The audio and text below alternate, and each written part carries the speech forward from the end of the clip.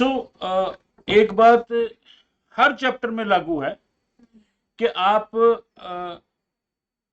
अगर रूल्स पर खड़े रहेंगे गलती नहीं होगी।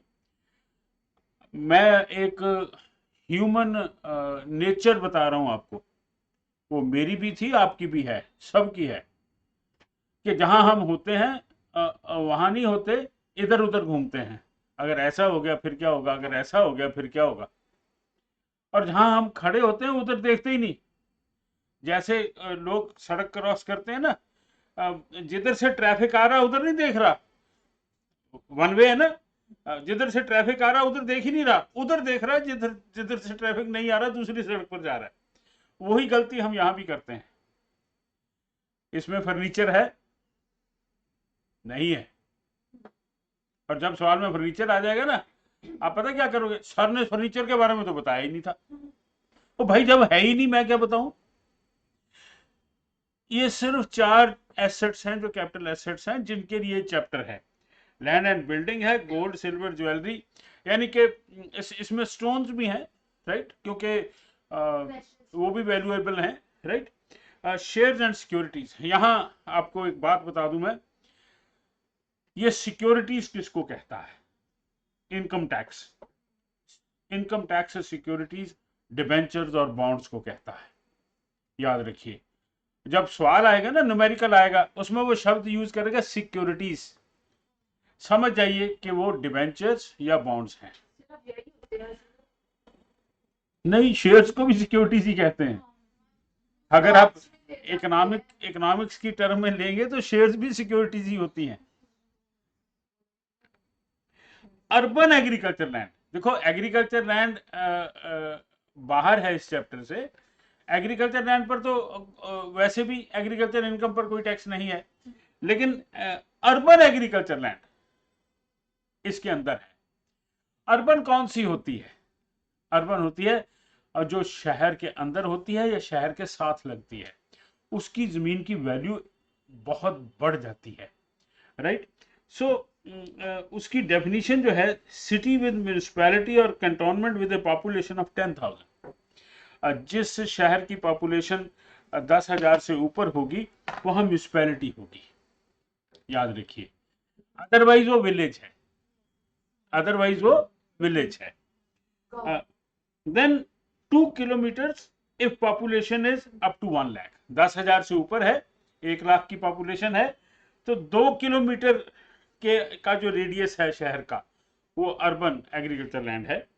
6 kilometres in population 1 lakh to 10 lakh, 10 lakh तक आपकी पॉपुलेशन है, 1 लाख से ऊपर है, तो 6 किलोमीटर का रेडियस, शहर के 6 किलोमीटर बाहर तक अर्बन एग्रीकल्चर लैंड है। कहाँ की population?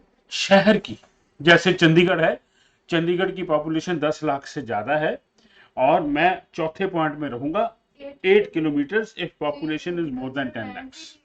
Urban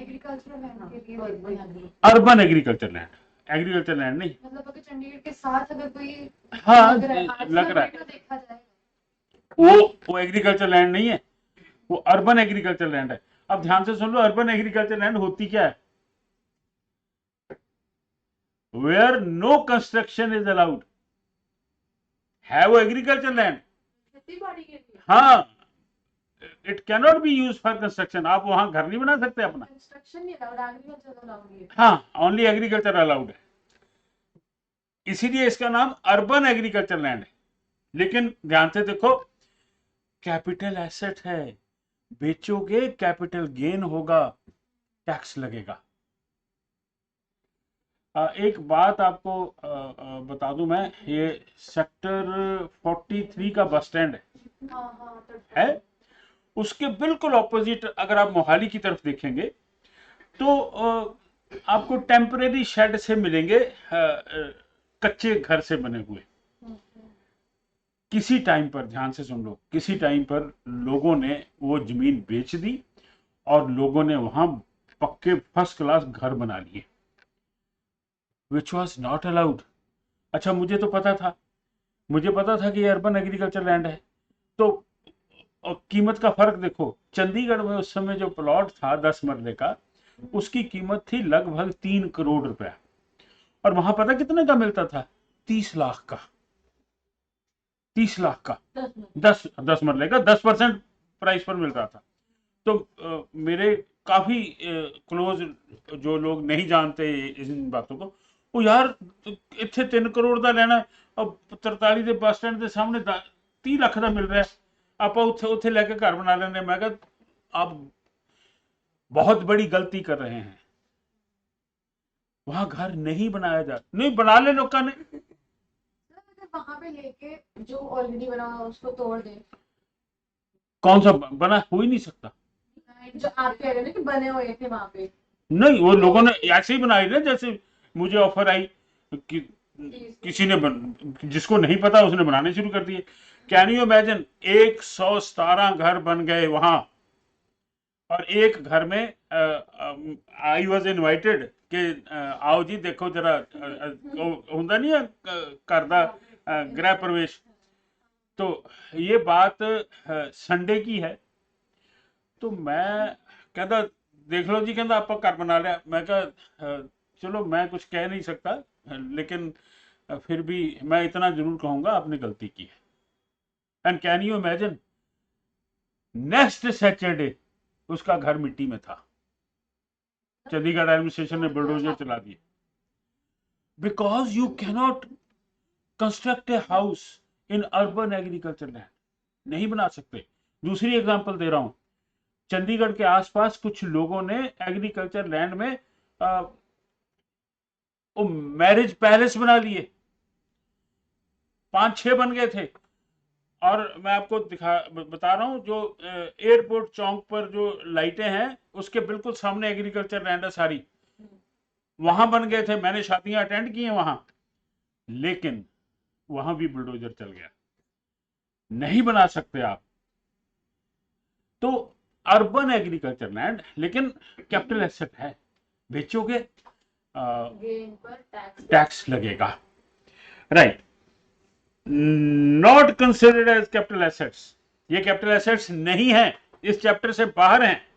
stock and trade, personal effects, house hold goods, drawings, paintings. Personal effects में आपके कपड़े भी, चाहे उसमें हीरे जवाहरात क्यों ना लगे हों, आपका फर्नीचर चाहे उसमें कीलें सोने की क्यों ना लगी हों।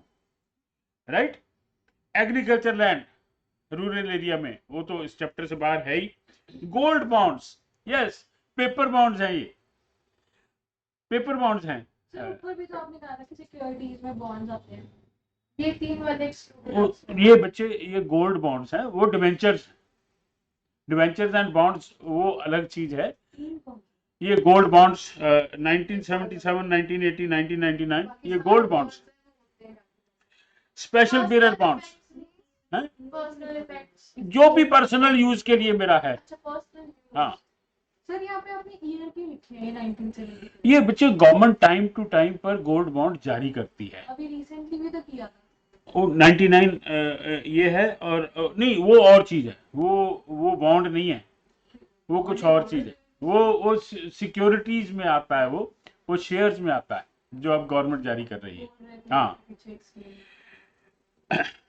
स्पेशल पीरियड बॉन्ड 1991, आप इनका ध्यान रखिए, ये न्यूमेरिकल में नहीं मिलेंगे आपको, प्रैक्टिकली इंपॉर्टेंट है। कैपिटल गेन दो तरह का, short term capital gain and long term capital gain. Right, short term capital gain किसको कहते हैं? In the case of shares and securities less than 12 months. मैंने आज शेयर खरीदे, 12 महीने से पहले बेच दिए, जो गेन होगा वो शॉर्ट टर्म होगा।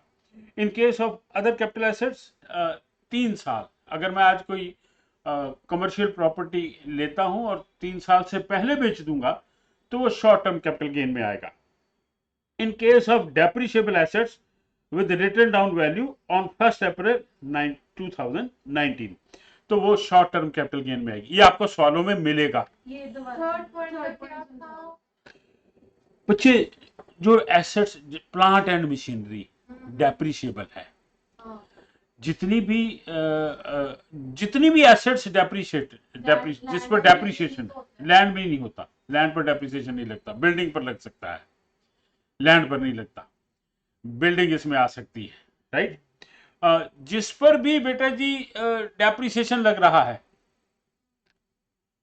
वो बेचूंगा अगर, शॉर्ट टर्म कैपिटल गेन में रहेगा। उसका रीजन समझ लो, हर साल उसका ओपनिंग बैलेंस होता है, हर साल उसका क्लोजिंग बैलेंस होता है, इसलिए वो शॉर्ट टर्म में रहेगा। जो लिखा है ऑन 1 अप्रैल 2019, और ये इसको 20 कर लो, क्योंकि जब हमारे सवाल आएंगे अब 2020 के आएंगे। मतलब इस साल की depreciation. Right right. Then how to calculate short term capital gain, इस पर आपको कोई क्वेश्चन नहीं मिलेगा, कोई न्यूमेरिकल नहीं मिलेगा, थ्योरेटिकली इंपॉर्टेंट है। वैल्यू ऑफ कंसिडरेशन रिसीव, कितने की बेची आपने, लेस एक्सपेंसेस ऑन ट्रांसफर, बेचने पर जो खर्च किया माइनस कर लीजिए, आपके पास आएगी नेट कंसिडरेशन। मान लो मैंने 1,20,000 की कोई प्रॉपर्टी बेची, उसमें से 2,000 रुपए मैंने एक्सपेंसेस दे दिए बेचने पर, 1,18,000 नेट कंसिडरेशन आ गई। मैंने खरीदी कितने की थी, माइनस कर दीजिए, right, less cost of acquisition minus कर दीजिए, और कॉस्ट ऑफ इंप्रूवमेंट अगर मैंने उस पर कोई खर्च किया था तो उसको माइनस कर दीजिए, आपके पास शॉर्ट टर्म कैपिटल गेन आ जाएगा। इस पर कोई न्यूमेरिकल नहीं मिलेगा आपको, क्योंकि इसमें कुछ करने का वाला कुछ है ही नहीं। इतनी सी बात है, सेल माइनस परचेज है, सेल माइनस परचेज है, माइनस एक्सपेंसेस। वो बस sale plus expenses minus purchase plus expenses, ठीक है ना। इसलिए इस पर आपको कोई क्वेश्चन नहीं मिलेगा, सारा numerical long term capital gain पर है। In case of shares and debentures more than 12 months, in case of all other assets more than 36 months. तो how to calculate the long term capital gain, कैसे calculate होगा, value of consideration received, कितने की बेची, less expenses on transfer, expense minus कर दीजिए, आपके पास net consideration आएगी, यानी कि जो मुझे मेरी जेब में आया, नेट कंसिडरेशन मीन जो मेरी जेब में आया। ये जो शब्द नेट कंसिडरेशन है बहुत इंपॉर्टेंट है इस चैप्टर में, राइट, लेस, अब माइनस क्या होगा, indexed cost of acquisition, cost of acquisition नहीं, indexed cost of acquisition and indexed cost of improvement, दोनों का टोटल करिए, माइनस करिए, आपके पास लॉन्ग टर्म कैपिटल गेन आएगा। अब हम समझते हैं कि इंडेक्स्ड कॉस्ट होती क्या है। No example to understand the concept of indexed cost. Indexed cost क्या होती है, आपकी किताबों में बेटा जी एक इंडेक्स CII इंडेक्स दिया हुआ है, हाँ, टेबल बना हुआ होगा, राइट, वो टेबल 2001 से शुरू हो रहा होगा और 162, हम्म, 162 हाँ इनकी किताबों में होगा, ये 2001 से शुरू हो रहा होगा, उसके आगे 100 लिखा होगा बेस ईयर। इंडेक्स नंबर आपने पढ़े हैं स्टैटिस्टिक्स में, ये उसी पर बेस्ड है, और करंट ईयर का इंडेक्स है 301, 301। हाँ, यहाँ आपको बता दूं मैं कि अंडर ग्रेजुएट कोर्सेज के लिए ये गिवन होते हैं, प्रोफेशनल कोर्सेज में ये गिवन नहीं होते हैं, आपको सारा टेबल याद करना होता है। हाँ, और ये तो छोटा हो गया, ध्यान से सुन लो, ये टेबल 1981 से शुरू होता था, 1981 से शुरू हुई थी ये इंडेक्सिंग। सरकार ने वो 1981 जो 100 था उसका बेस चेंज करके 2001 कर दिया, इसलिए अब छोटा हो गया। अब भी कौन सा छोटा है, 21 साल तो अब भी हो गए। इंडेक्सेशन से कैसे चेंज होता है ये? बेस ईयर किसी को भी मान लो 100, जैसे पहले 1981 को 100 माना हुआ था, अब 2001 को 100 मान लिया। इंडेक्स नंबर नहीं पढ़े आपने, ये वही तो है।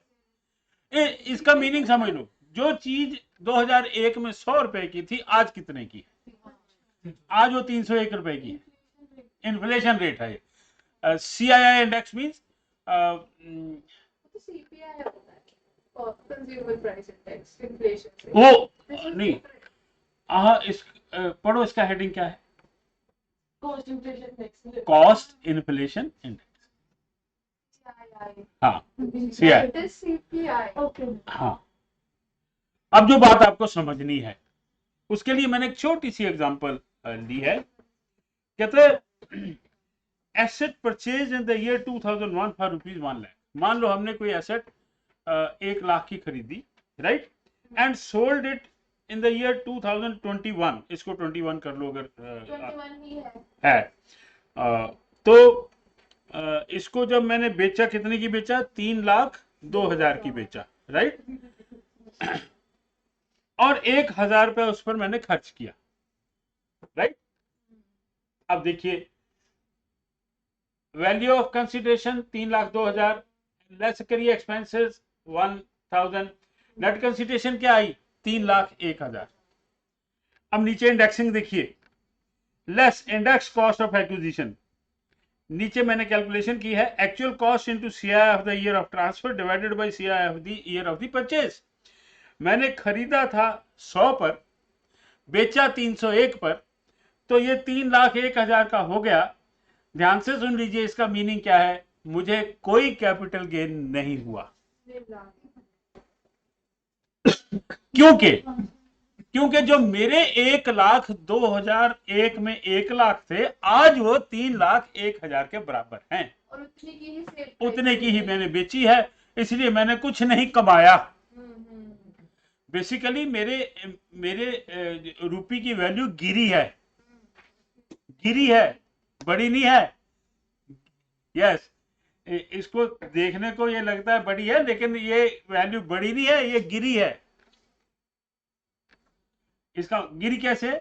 जो चीज 2001 में मैं 1,00,000 में खरीद सकता था, आज उसको 1,00,000 में नहीं खरीद सकता, आज उसको मुझे 3,01,000 में खरीदना पड़ेगा। वैल्यू गिरी है, राइट। सो ये बेस है, यहीं से आपको बात समझ आनी शुरू हो जाएगी। इंडेक्स सही है वैसे हिसाब से? हाँ, इंडेक्स तो गवर्नमेंट सारे फैक्टर्स कंसिडर करके करती है, राइट।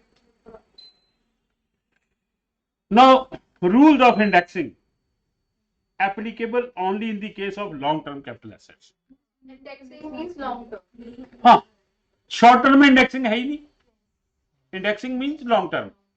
अब ध्यान से देखिए, ये जो रूल्स हैं यही सारे सवालों में लगने हैं। पहला रूल है capital assets acquired before 1 April 2001।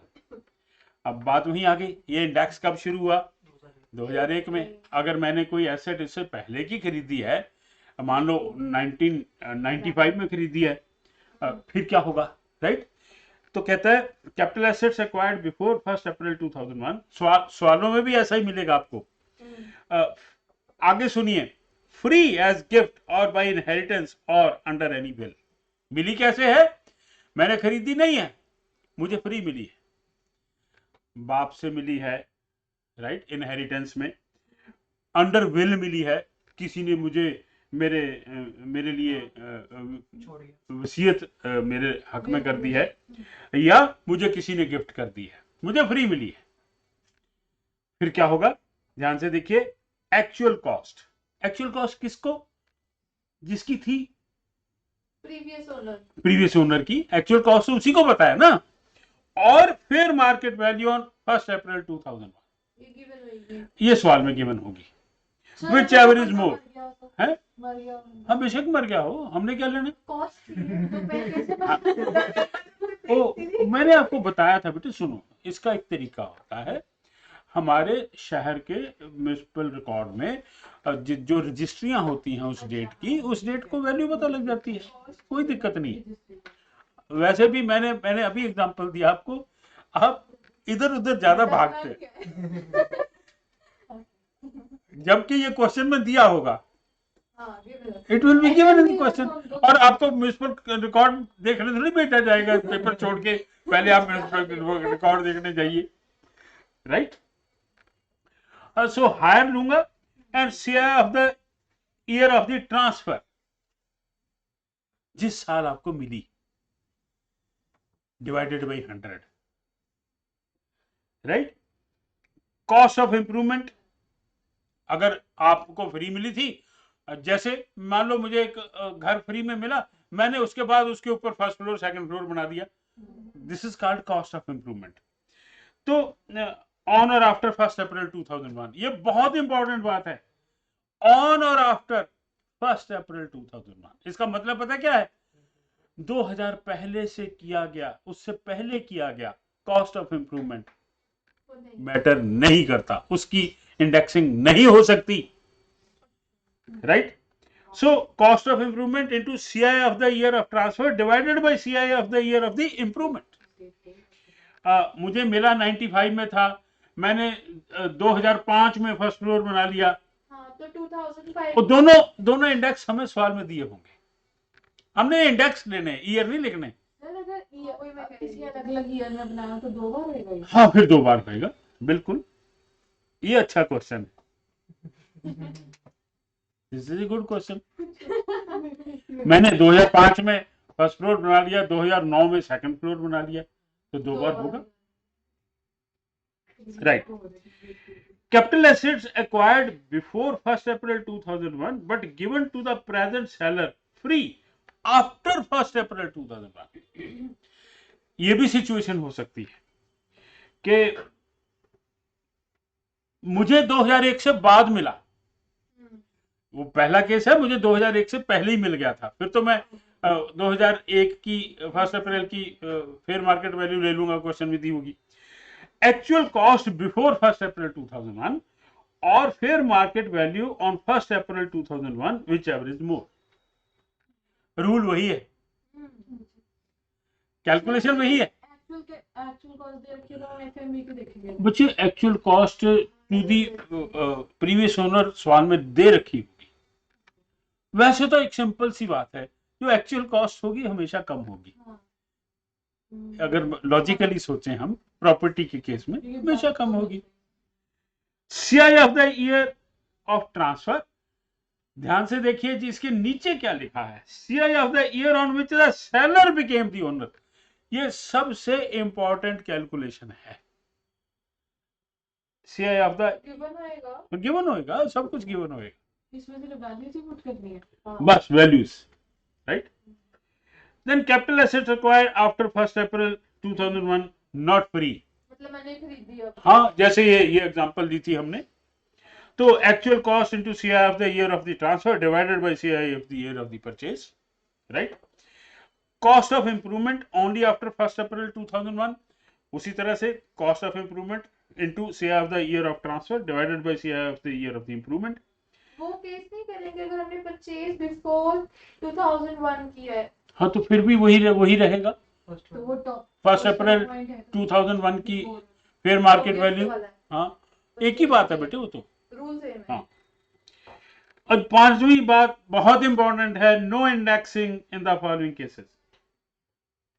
Number 1 bonds, debentures, जिसको ये चैप्टर सिक्योरिटीज कहता है, कोई इंडेक्सिंग नहीं होगी। ये भी सुन लीजिए क्यों नहीं होती,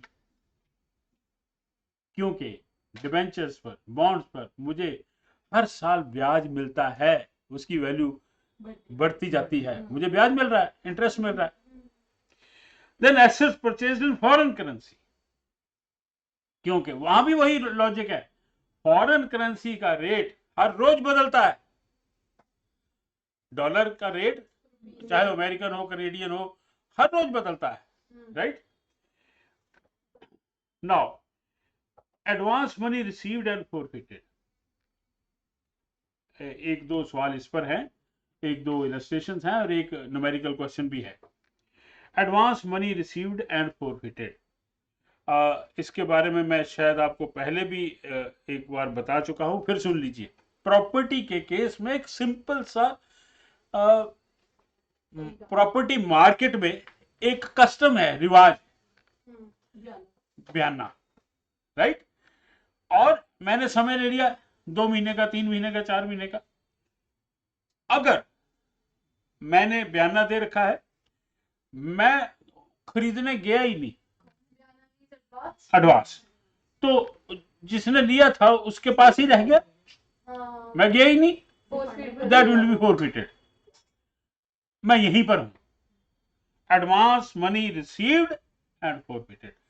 इसका मतलब क्या है, मैंने वो एसेट बेची थी, लेकिन एडवांस मनी ले ली थी, लेकिन बायर आया ही नहीं, तो क्या हुआ, एडवांस मनी मेरी जेब में रह गई।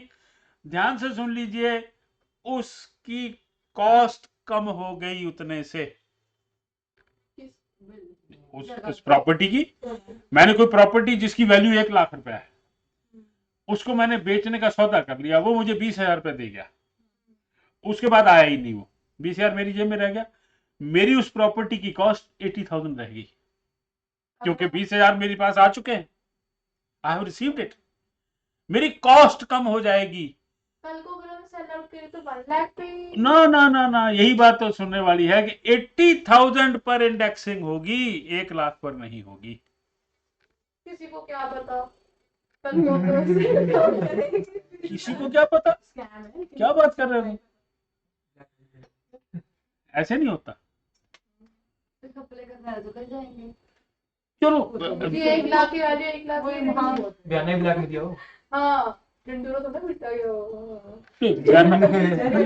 बयाना बेटे, नॉर्मली जो बयाना होता है बेशक उसमें ब्लैक मनी भी इन्वॉल्व होती है, लेकिन बयाना हमेशा रिटर्न होता है। उसमें जो बयाना होता है वो बकायदा वो 1 नंबर में ही होता है। ये हो सकता है कि मैंने किसी को 20 लाख रुपए बयाना दिया, 1 नंबर में 5 लाख दिया और 15 लाख 2 नंबर में दिए, ये तो होता है, बट रिटर्न होता हाँ रिटर्न होता है। अब जो आपको बात समझनी है, ये सवालों में मिलेगा आपको, मैं कॉस्ट कब कम करूंगा, जब मैंने वो प्रॉपर्टी बेची थी, पहले भी मैंने बेची थी, अब भी मैं ही बेच रहा हूं, previous seller and the present seller is the same person, तब माइनस होगा। अगर पहले मेरे फादर ने बेची थी, अब मैं बेच रहा हूं, फिर माइनस नहीं होगा। हाँ, कुछ भी, any capital asset. So advance money received and forfeited after 1st April 2014 is taxable under the head income from other sources.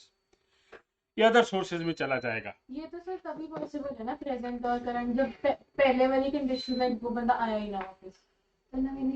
हाँ वो तो कह ही रहा हूं मैं, पहले भी बेचा था, वो आया ही नहीं, लेकिन सेलर सेम होना चाहिए। कौन ऐसे करेगा, जाएगा नहीं, होते हैं। बच्चे सुनो, क्यों जाऊंगा मैं, अगर मार्केट में, बच्चे सुनो ध्यान से, अगर मार्केट में वैल्यू गिर गई प्रॉपर्टी की, फिर थोड़ी लेने जाऊंगा मैं, तो फिर सर 20 तो अड़ा हुआ ना, तो आपका फिर है। नहीं ऐसे कर सकते हैं, 3 मंथ्स का वो एडवांस देके गए हैं, 3 मंथ्स के अंदर चल जाओ, मेरा वापस कर दो एडवांस। नहीं नहीं नहीं नहीं, वापस नहीं मिलता वो, नहीं बट वो स्टिपुलेटेड टाइम पे जाओ, है 3 महीने का। बच्चे, सिंपल सा रूल होता है कि मैंने कुछ प्रॉपर्टी खरीदी है, ये प्रॉमिस किया है कि मैं 3 महीने बाद बाकी पेमेंट करूंगा, राइट, मैं वहां नहीं गया, बाकी पैसे लेके जाना था ना मुझे। मान लो मैंने 20 लाख की प्रॉपर्टी खरीदी है, अभी मैंने उसको 2 लाख ही दिए हैं, 10%, 18 लाख उसको और देने हैं, मैं 18 लाख देने जाऊंगा तभी वो मुझे प्रॉपर्टी देगा ना।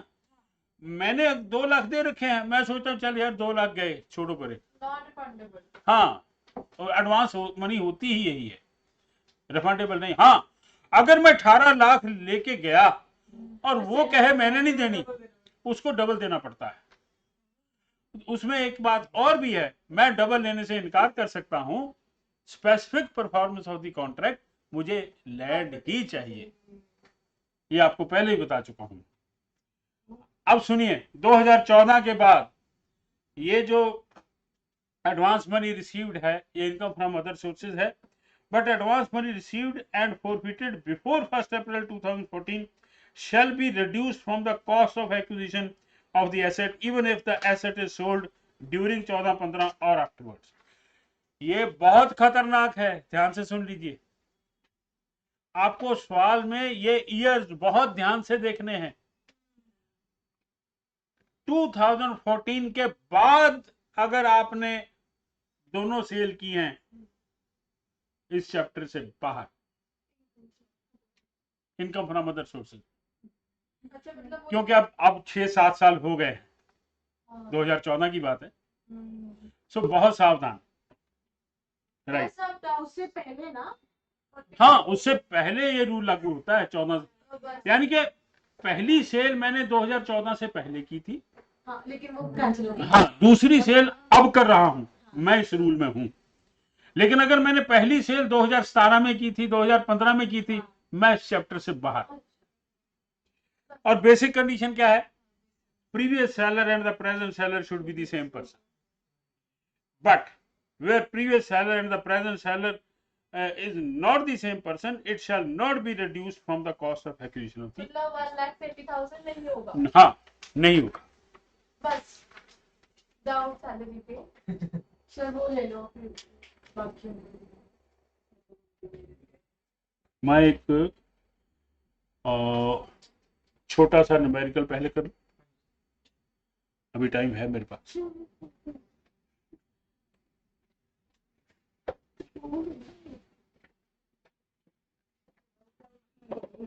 ये क्वेश्चन नंबर 2 है बेटा जी.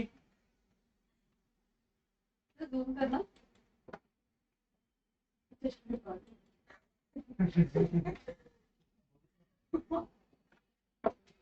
अपनी किताबों में खोल लीजिए.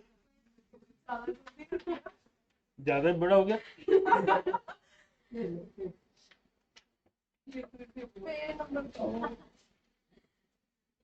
यस, ये 2 साल पहले ये 15 नंबर का सवाल हमारे पेपर में था. और जब मैंने ICW का एग्जाम दिया था तब उस पेपर में भी था. ये CA के पेपर में भी आता है. बाहर में भी आएगा. अरे यार, आप ध्यान से देखिए, क्वेश्चन पढ़िए.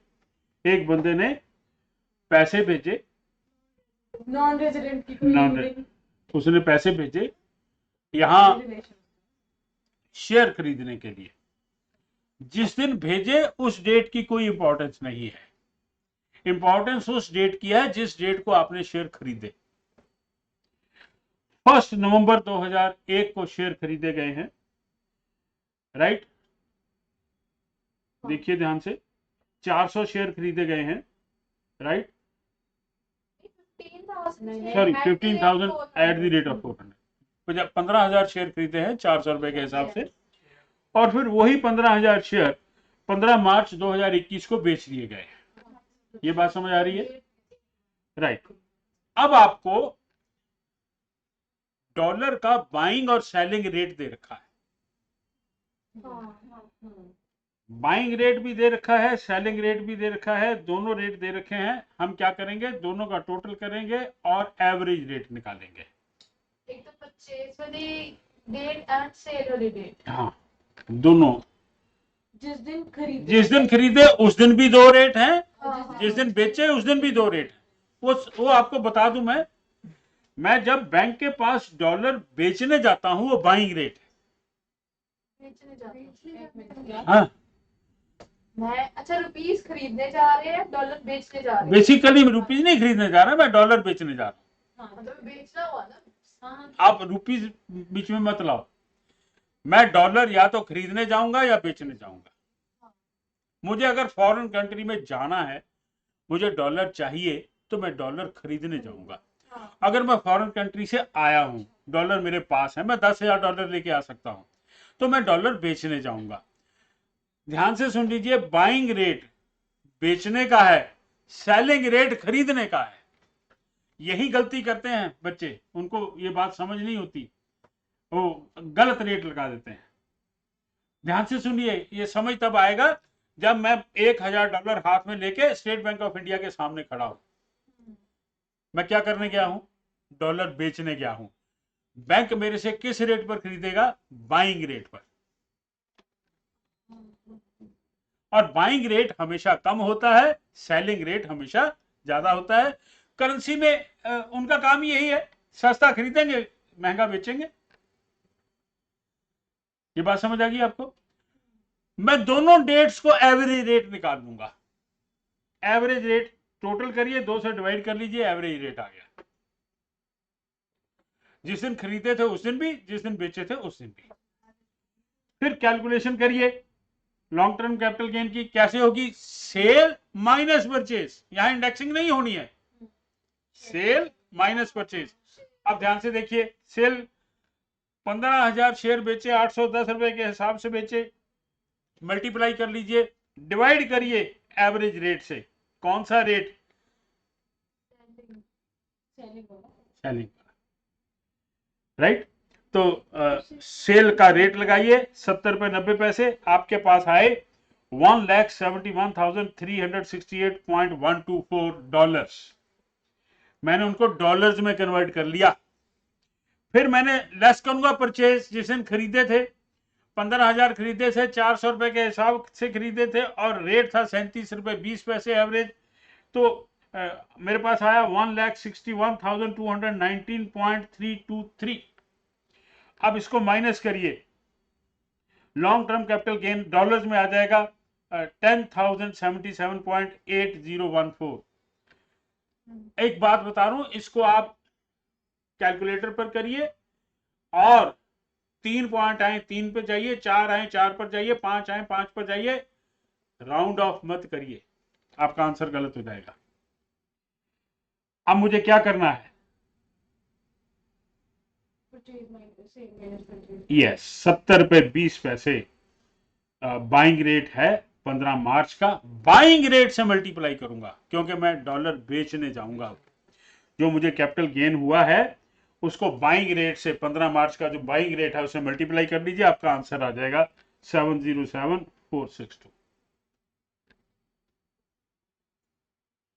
ये सवाल 15 नंबर में हमारे पेपर में आ चुका, 5 नंबर में तो बहुत दफा आ चुका। ओके, बस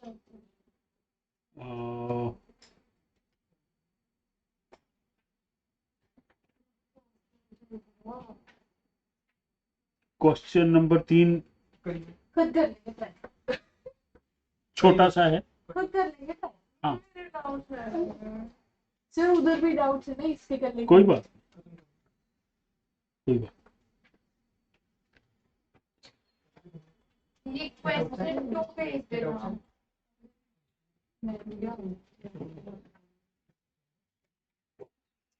अब बताइए। सर आप इनके डाउट से हमारे तो कुछ नहीं। हम तो पिछली क्लास के ये profits in view of salary के किसके रहते?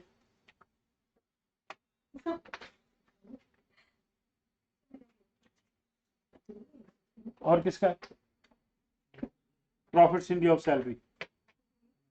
पिछली क्लास में नहीं थे आप इसको भी जानो।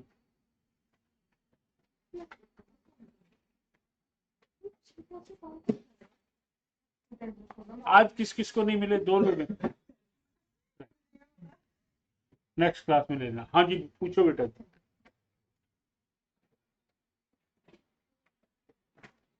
सैलरी में यस यस हम तो हाँ जी बेटा जी।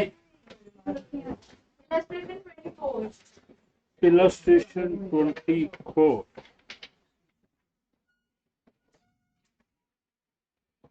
सो सैलरी में डाउट्स हैं बेटा जी? मैं इलस्ट्रेशन नंबर 24 में हूँ। यस। और जो second part है, employees engaged in production of clothes which is a rather transaction rate with employees. This is a duty basically. बच्चे, आप जिस चीज में भी हो, हम कर चुके हैं। ट्रांसपोर्ट में हूं, मैं ट्रांसपोर्ट फ्री देता हूं। मैं इलेक्ट्रिसिटी में हूं, इलेक्ट्रिसिटी फ्री देता हूं। गैस में हूं, गैस फ्री देता हूं। तो वो फर्क नहीं है। हाँ, ड्यूटी एक तरह की या उसके प्रोफेशन से रिलेटेड। नहीं बच्चे, वो एम्प्लॉयर जो उसी फील्ड में है तो वो तो हम पढ़ चुके बेटे। अगर स्कूल की फीस नहीं लेता तो भी मैं वही हूँ। इसके नीचे वाला part, rent free house given to leader of opposition in parliament. हाँ, वो तो बच्चे मिनिस्टर हो गया ना। मिनिस्टर जो ऑपोजिशन का लीडर होता है वो मिनिस्टर के बराबर होता है। अच्छा, फिर वो एग्जाम्प्ट होता है मिनिस्टर्स को एग्जाम सब कुछ। इनके लिए कुछ भी टैक्सेबल नहीं है। इलस्ट्रेशन 25 में हाँ,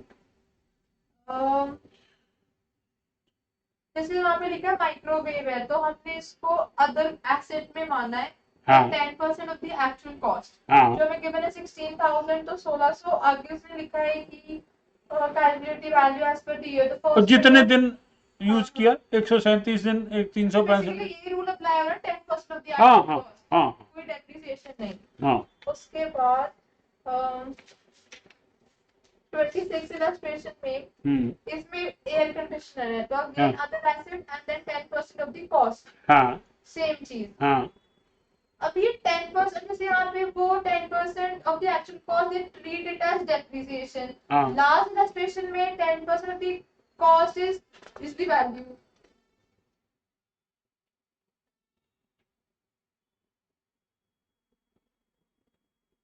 वैसे 10% ऑफ द एक कॉस्ट बच्चे दोनों में फर्क क्या है, ध्यान से देखो। जब मैं इलस्ट्रेशन नंबर 25 में हूँ, he was allowed to use the microwave, और जब मैं इलस्ट्रेशन 26 में हूँ तो एयर कंडीशनर वॉज ट्रांसफर्ड। ये दो अलग अलग रूल हैं बेटे, यूज करने के रूल अलग हैं, ट्रांसफर के रूल अलग हैं। ट्रांसफर करके भी यूज ही किया उसने। ट्रांसफर करते हैं, दे दिया उसको बेटे, यूज क्यों किया? यूज मीन उस एम्प्लॉयर का ही रहेगा वो। कुछ टाइम पे हाँ यूज के लिए दिया है। हाँ ओके, पर है दोनों में 10%। हाँ। उसके बाद क्वेश्चन नंबर 18 में, क्वेश्चन नंबर 18, हाँ। यहाँ पे जो लास्ट कॉलम है market price of the date of the sale, we don't consider this. हाँ, कोई लेना देना नहीं। हाँ। और इसी में जो लास्ट लाइन लिखी the company give a computer to the son of this employee for personal use, उसको इग्नोर करेंगे। हाँ the FMB of the computer is 40,000। ये हाँ। कंप्यूटर का कैसे निकालना है? क्या वैल्यू लेनी नहीं, नील निकालना क्या है? क्यों? बच्चे कंप्यूटर तो आपको बताया तो था कि नहीं नहीं बेटे, चाहे वो कंप्यूटर हो, लैपटॉप हो, when it is provided by the employer it is exempt, कहानी खत्म, चाहे उसको कोई भी यूज करे। किस चीज में? कंप्यूटर में? लैपटॉप कंप्यूटर एक ही बात है। ये कहाँ लिखा है? कहाँ लिखा है? मैंने आपको स्पेसिफिकली बताया कि मैं लैपटॉप ले आया घर, और घर मैं अब यूज भी नहीं कर रहा, मेरे बच्चे यूज कर रहे हैं तो भी फ्री है। मैंने स्पेसिफिकली बताया आपको। बट जैसे वो होता है ट्रांसफर ऑफ मूवेबल एसेट्स में इलेक्ट्रॉनिक आइटम्स के अंदर, हाँ हाँ वो चीज नहीं है। ये कहाँ लिखी? मुझे तो मिली नहीं नोट्स में। जैसे ये नोट्स अगर हम देखें हाँ हाँ हाँ। तो इसमें हमने लिखा था electronic items, TV, computer, laptop, motor car, all other assets. तो इलेक्ट्रॉनिक आइटम्स में कंप्यूटर। बच्चे सुनो ध्यान से, यहाँ लिखा, ये देखो लिखा है यूज करने के लिए, बेचा नहीं है। आप लाइन तो पढ़ो। कहते the company gave a computer the son of his employee for his personal use, use करने के लिए दिया है। आप इसको सेल क्यों मान रहे हो? यहाँ पे क्या है? ट्रांसफर। बच्चे वो ऊपर के 3 केस हैं, हाँ हाँ। उसमें कंप्यूटर थोड़ी है।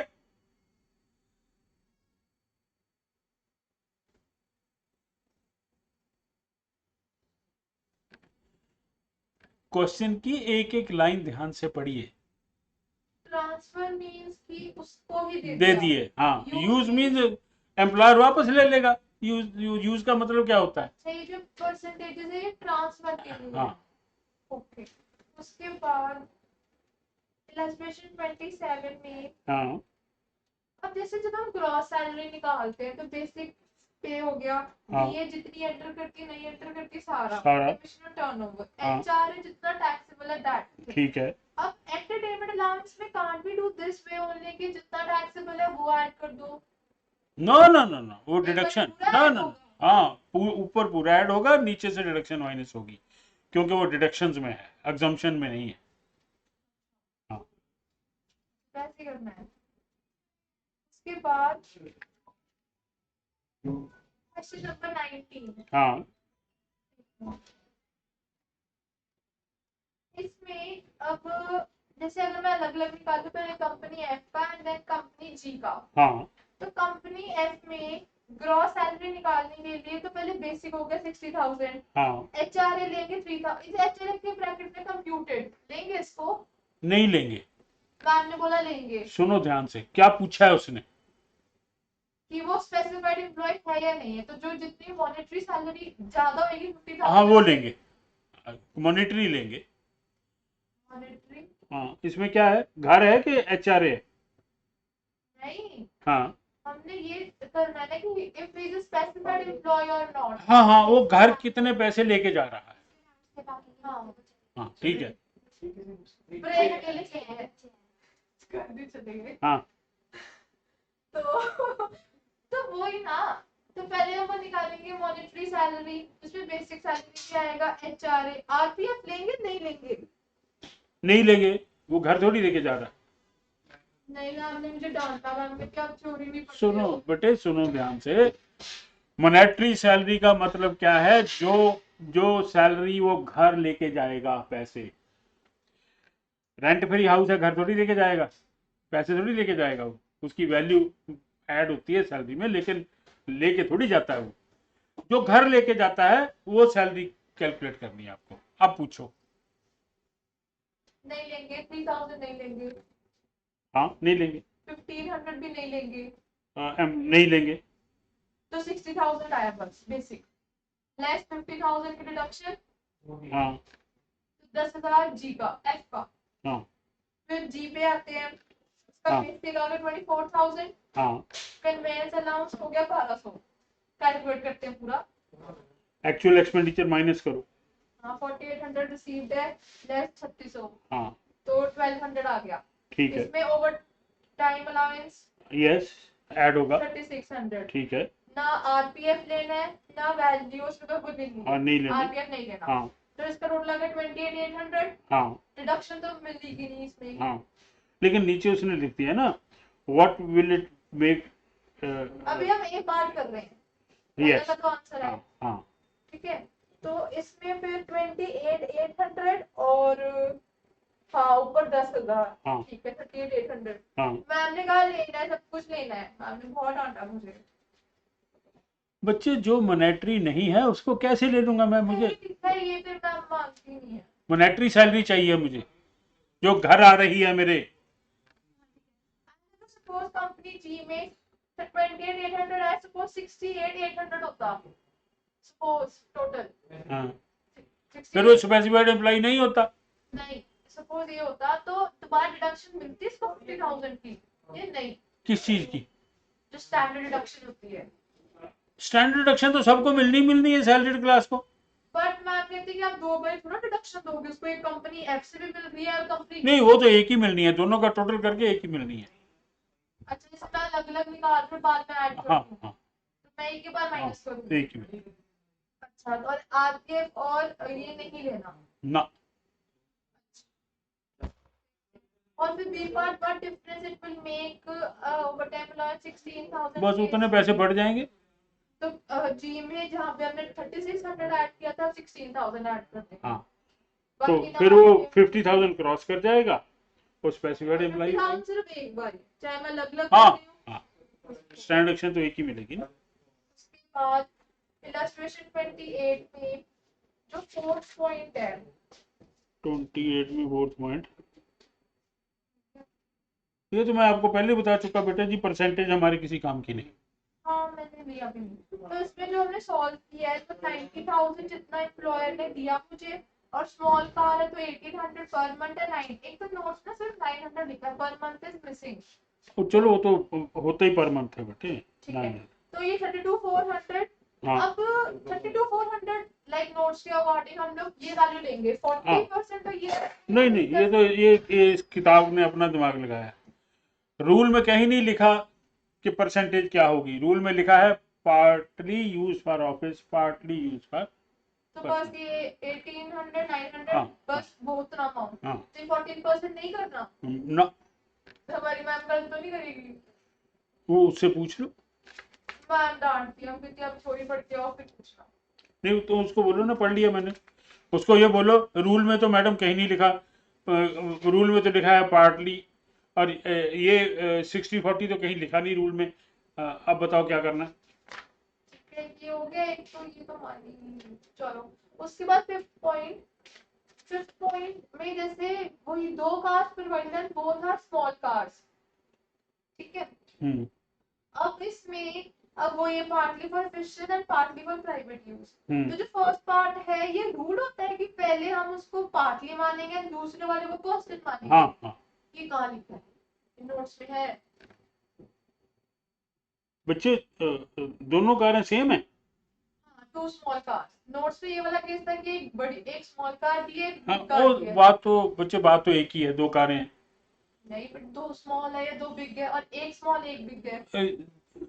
अगर दो कारें हैं ना, हाँ। और तो रूल वही रहेगा। नहीं, डिफरेंटली किया है हमने यहाँ।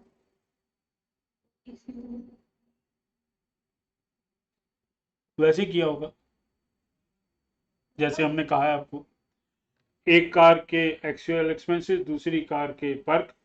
हाँ, नहीं, स्मॉल कार को कैलकुलेट करते हैं, बड़ी कार के हाँ हाँ, एक्सपेंसेस। तो उसमें भी तो ऐसे ही किया हमने, और क्या किया। हाँ, तो बड़ी छोटी है ना, या दोनों और स्मॉल। बच्चे दोनों पर सेम ही रूल लगेगा, कह तो रहा हूँ। कैसे लगेगा? निकालो आंसर ऐसे करके, नहीं आएगा, डिफरेंटली किया है यहाँ। यहाँ क्या किया इसने? पहले उसने पूरा बोल दिया कि जी वो पार्टली है, और स्मॉल कार थी तो 1800 पर मंथ और 900 पर मंथ। इससे सॉल्विंग नहीं दिखाई मैम, इससे सॉल्विंग करके दिखाएंगे। और sir 10% of the cost of the car नहीं इंक्लूड करेंगे 50,000।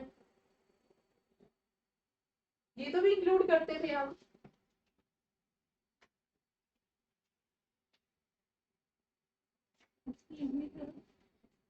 यस, पूछो बेटा जी।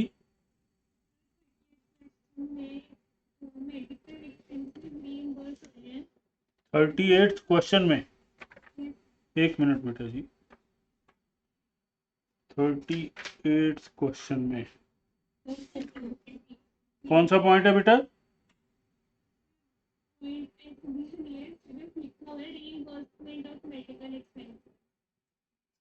क्वेश्चन नंबर 38 में बच्चे पॉइंट बने हुए हैं सारे। 33,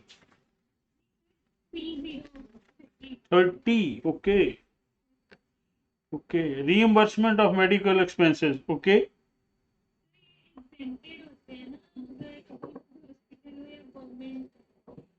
बच्चे सिर्फ गवर्नमेंट के एग्जाम्प्ट होते हैं, प्राइवेट के टैक्सेबल हो गए हैं।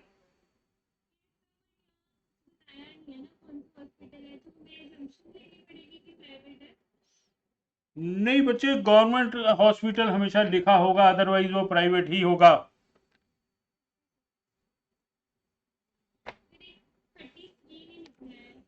33 में क्या प्रॉब्लम है? आंसर नहीं मिला? यस सर, आंसर ही नहीं मतलब मैच कर रहा, आ ही नहीं रहा। कोई बात नहीं, मैं इसको कैलकुलेट करके भेज दूंगा बेटा जी। तो 34 में भी एक डाउट है पूछो। कि गार्डनर सैलरी में उन्होंने लिखा है द गार्डन हाँ हाँ, तो सर जैसे आपने बताया था गार्डनर गार्डनर बेटा जी, अगर अगर हाउस एम्प्लॉयर का है, gardener is no perquisite. But sir इसमें ना 1000 ऐड करके ही आंसर क्योंकि वैसे उन्होंने बोला कि बंगलो हाँ, कंपनी ओन्स दी बंगलो। हाँ, वो कहीं और हो सकता है बेटा जी, मैं चेक कर लूंगा। वैसे गार्डनर इसमें ऐड नहीं होगा।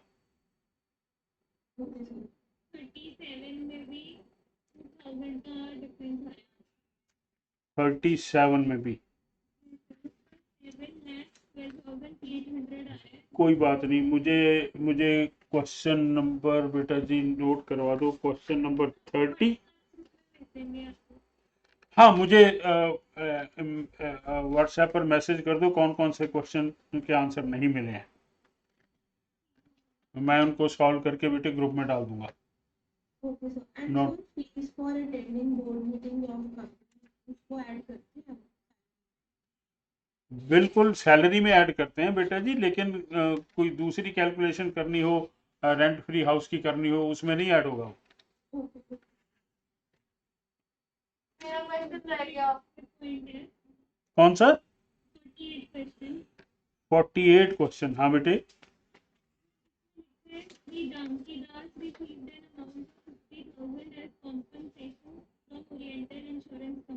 यस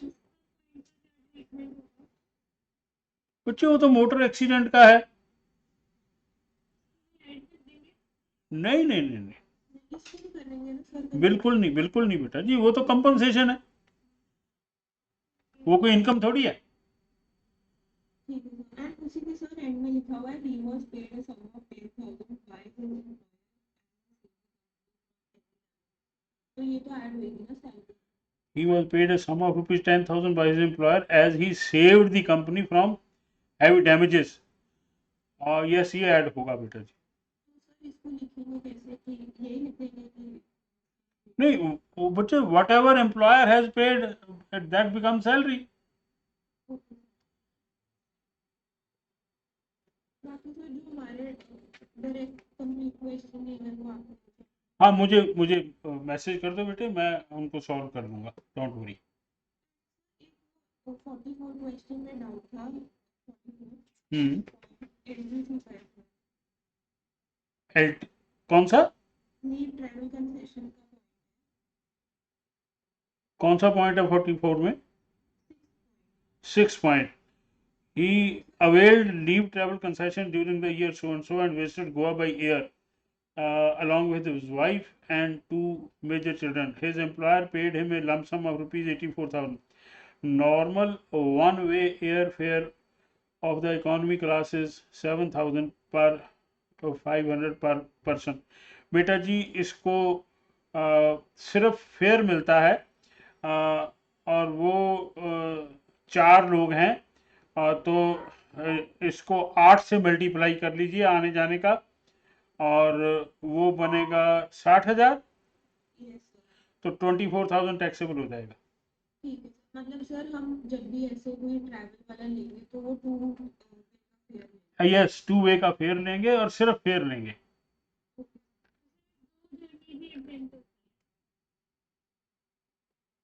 कौन सी?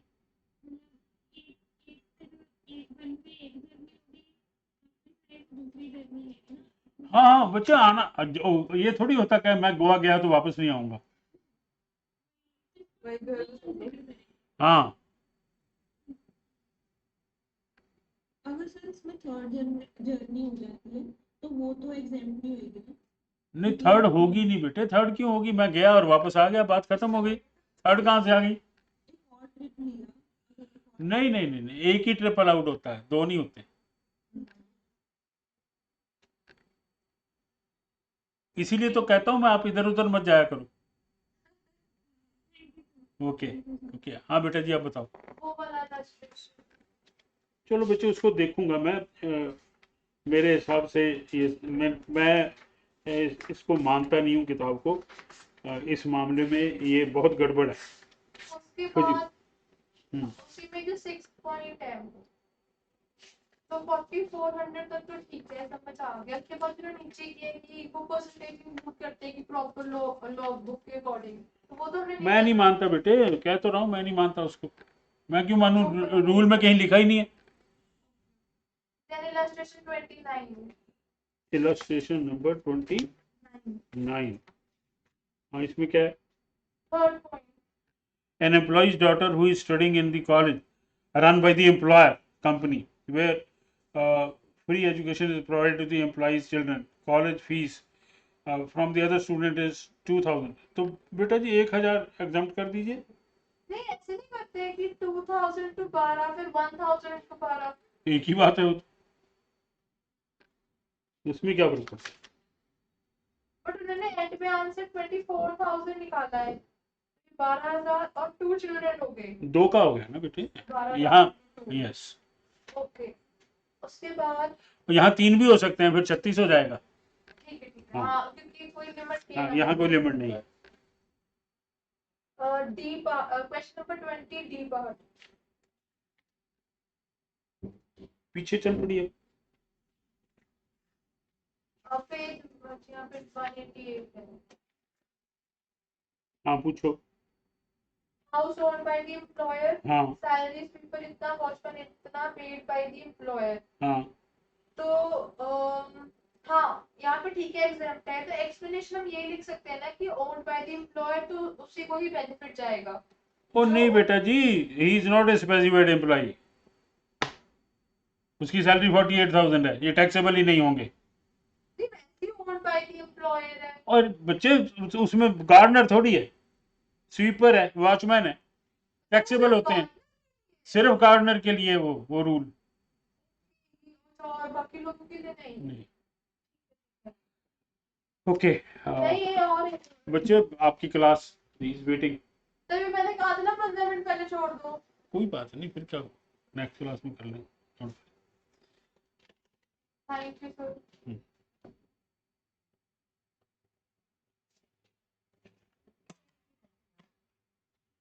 कोई बात नहीं, जितने मर्जी निकाल लो बेटे, हम इसी काम के लिए तो बैठे हैं। Why are you worried?